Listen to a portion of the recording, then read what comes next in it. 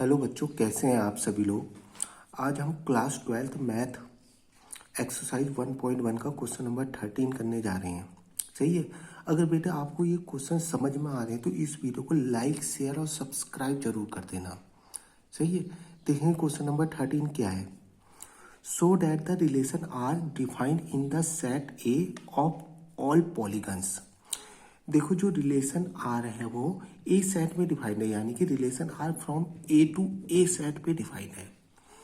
और ए सेट हमें देख किस चीज का रखा है, set of all polygon, set of all polygons.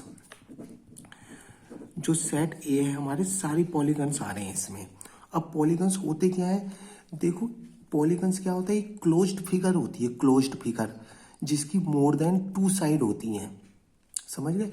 तो इसमें क्या क्या आ गया, देखो मोर देन 2 साइड्स वाला ट्रायंगल आ गया, क्वाड्रिलेटर आ गया, पेंटागन आ गया, हेक्सागन आ गया, 6 साइड होती है जिसकी हेप्टागन आ गया, एटसेट्रा। सही, ये सब किस में आ जाएंगे, पॉलीगन्स में आते हैं ये सब। सही है। यानी कि जो ए सेट है ये इन पॉलीगन्स का है। समझ गए। इसमें ट्रायंगल भी आ सकता है, क्वाड्रिलेटर भी आ रहे होंगे। सही है। ट्रायंगल भी आ रहे होंगे, क्वाड्रिलेटर भी आ रहे होंगे, पेंटागन भी आ रहा होगा जिसकी 5 साइड होती हैं। सही है। जिसकी भी मोर देन 2 साइड्स होती हैं और क्लोज्ड फिगर है वो पॉलीगन्स के अंदर आते हैं। अब देखेंगे, अब हमें जो रिलेशन डिफाइन कर रखा है वो रिलेशन दे रखा है उसने P1 P2 such that P1 and P2 have same number of the sides. देखो, और हमें इसको क्या दिखाना है, कि इक्विवेलेंस रिलेशन दिखाना है। सही है। अब रिलेशन आर जो हमें डिफाइंड है मैं उसको समझा दूं किस तरीके से उसने बता रखा है। मैं रिलेशन आर देखेंगे, उसने क्या रखा है, इस रिलेशन के अंदर पॉलीगन के ऑर्डर पेयर आएंगे। सही है। इस रिलेशन के अंदर क्या आ रहा है, P1 P2 क्या है, पॉलीगन है। इस रिलेशन के अंदर पॉलीगन के ऑर्डर पेयर आएंगे। और ये कैसे ऑर्डर पेयर आएंगे, जिनकी नंबर ऑफ साइड्स क्या होंगी, इक्वल होंगी। सही है। इसके अंदर उन्हीं पॉलीगन के ऑर्डर पेयर आएंगे, इस रिलेशन के अंदर उन्हीं उन्हीं पॉलीगन के ऑर्डर पेयर आएंगे जिनकी नंबर ऑफ साइड्स क्या होंगी, इक्वल होंगी। कहने का मतलब ये है, ऑर्डर के अंदर जो 2 पॉलीगन है, सही है, ऑर्डर के अंदर जो 2 पॉलीगन है वो एक दूसरे से कैसे रिलेटेड हैं। अदर वर्ड में बता रहा हूं मैं, इस रिलेशन में सही है, ऑर्डर के अंदर जो 2 पॉलीगन है, सही है, इस रिलेशन के ऑर्डर पेयर के अंदर जो 2 पॉलीगन है वो एक दूसरे से कैसे रिलेटेड है, कि इनकी number of the sides equal है, इसलिए एक दूसरे से रिलेटेड है। सही है। P1 P2 एक दूसरे से क्यों रिलेटेड है, क्योंकि इनकी नंबर ऑफ द साइड्स क्या है, इक्वल है। समझ रहे हो ना मेरी बात, नंबर ऑफ द साइड्स क्या है, इनकी इक्वल है। अब देखो, सबसे पहले मुझे क्या दिखाना है, इसे रिफ्लेक्सिव दिखाना है। समझ गए। क्योंकि इक्विवेलेंस रिलेशन दिखाना है, इस रिलेशन को इक्विवेलेंस रिलेशन दिखाना है, उसके लिए हमें क्या दिखाना है, इसे रिफ्लेक्सिव, सिमेट्रिक और ट्रांजिटिव तीनों दिखाने हैं। तो सबसे पहले मैं रिफ्लेक्सिव दिखाने जा रहा हूँ। सही है। रिफ्लेक्सिव में आपको पता है कि डबलेट लिए जाते हैं। सही है। डबलेट लिए जाएंगे यानी कि दोनों सेम एलिमेंट लिए जाएंगे। मान लो हम ट्रायंगल ले रहे हैं तो एक सेम ट्रायंगल ले रहे हैं। सही, एक ही ट्रायंगल ले रहे हैं, 2 अलग अलग ट्रायंगल ले रहे हैं।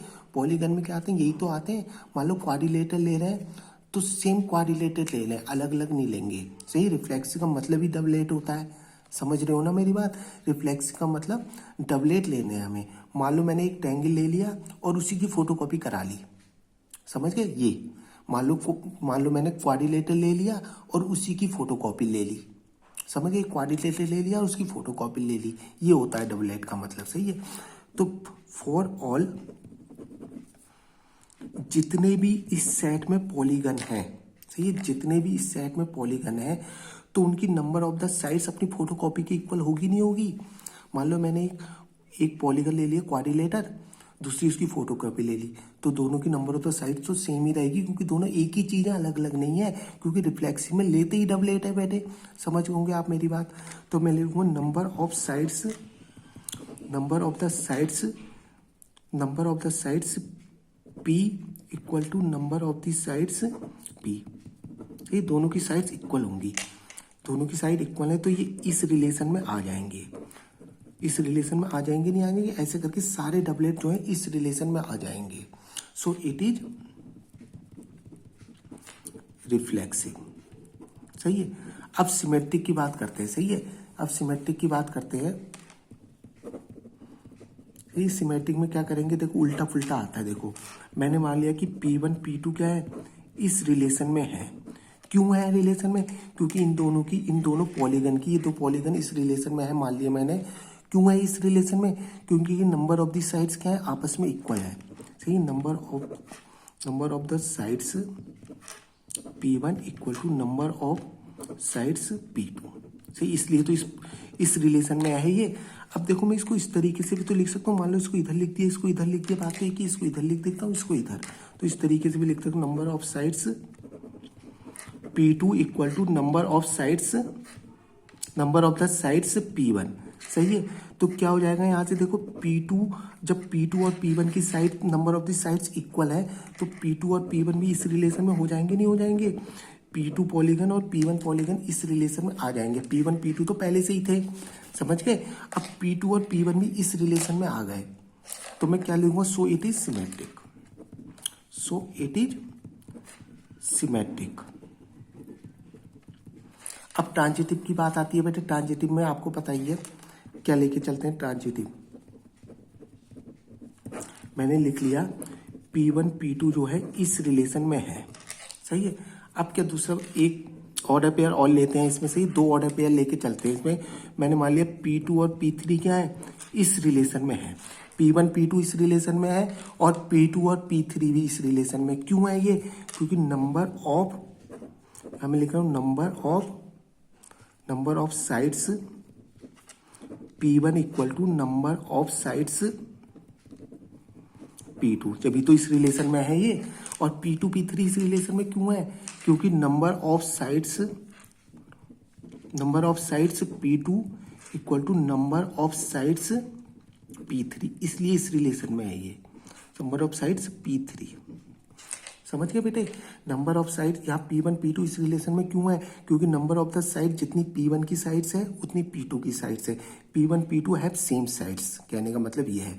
P2 P3 इस रिलेशन में क्यों है, क्योंकि P2 और P3 की नंबर ऑफ द साइड्स क्या है, सेम है, इसलिए इस रिलेशन में है। देखो P2 की जो साइड्स है वहाँ P1 के इक्वल है, यहाँ P2 की साइड्स P3 के इक्वल है, तो P1 और P3 की number of the side same हो गई ना, हो गई नहीं हो गई। अगर P1 और P3 की number of the side same आ गई तो हम कह देंगे कि P1 और P3 भी इस रिलेशन में है। और अगर P1 और P3 इस रिलेशन में हो जाएंगे तो ये क्या हो जाएगा, ट्रांजिटिव हो जाएगा। और आई गई, देखो P1 और P3 की भी same number of the side आ गई ना, मैं लिखूंगा नंबर ऑफ साइड्स, इन दोनों से मुझे पता लगा number of the sides P1 equal to number of sides P3। जब P1 और P3 की सेम साइड्स आ गई हमारी, इस वाली इक्वेशन से, इन दोनों से हमें क्या पता लगा कि number of the sides P1 equal to number of the sides P3। तो P1 और P3 भी क्या आ गए, इस रिलेशन में आ गए। अगर इस रिलेशन में आ गए तो क्या हो गया रिलेशन हमारा, सो इट इज ट्रांजिटिव।